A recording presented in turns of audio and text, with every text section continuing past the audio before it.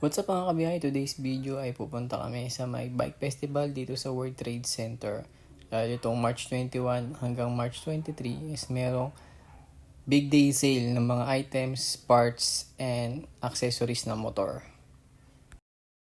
Ayun mga kabiyahe, nakarating na kami dito sa may labas ng World Trade Center. So makikita nyo may mga tent sa labas at parang merong circuit or test drive na slot para sa mga gusto mag-test drive ng mga motor.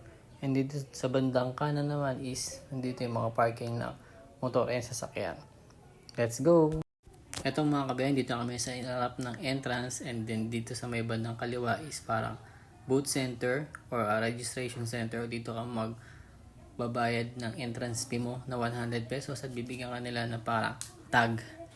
So ayan, makikita nyo, and dito sa harap ko is yung mga brand na magpapascale ng kanilang mga items dito sa loob ng bike festival.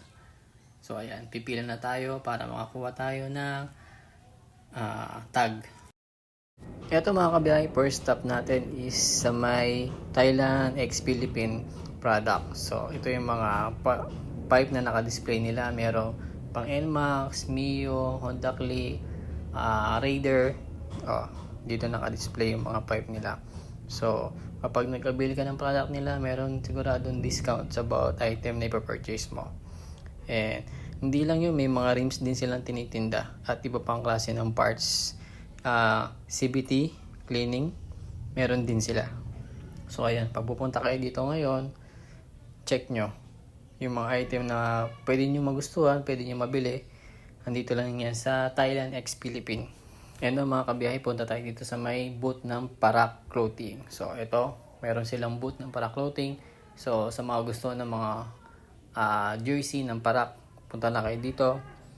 Pag nag-avail kayo, nag-purchase kayo, for sure, meron kayong discount. And makakita kayo ng mga sikat na vloggers. And dito naman tayo sa may booth ng Yuasa. So right now, nandito si Team Katagumpay and si Motor Honda. So meron silang parapol dito ngayon sa booth na to. So sa mga gusto magpunta o check yung product ng Yuasa, so ito na yun. Right now mga kabiyayan, dito kami ngayon sa may booth ng Bodge. So si Bodge is may mga big bike siya na naka-display dito and for sale sila. Ito naman tinitignan namin is more like parang GS style siya.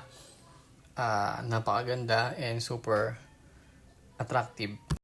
Ito na mga kabiyahe, meron dito mga naka-display na motor na Thai concept, fully setup, and I think meron silang competition na paglalabanan later.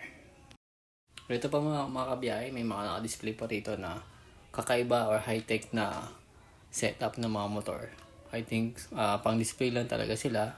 When hindi mo ito madadala sa streets kasi unang-una, huling ka na agad or wala tong permit for road test. So ayan, pang display lang talaga sila, kaya sila nakalagay dito.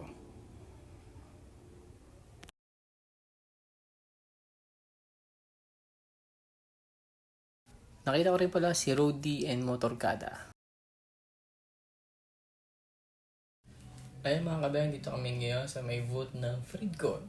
So ayan, si Rick Moto is bibili siya ng kanyang Freedcon para sa kanyang helmet.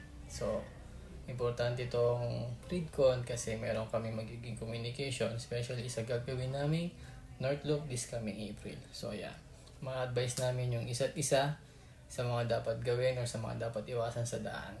So ayan, ang Freedcon kasi makakapag-usap ka na maayos within 1,000 meters na range. So ayan, marami silang sale dito sa bawat item nila. So hurry up guys kasi until March 23 lang ito. So, punta na kayo sa World Trade Center.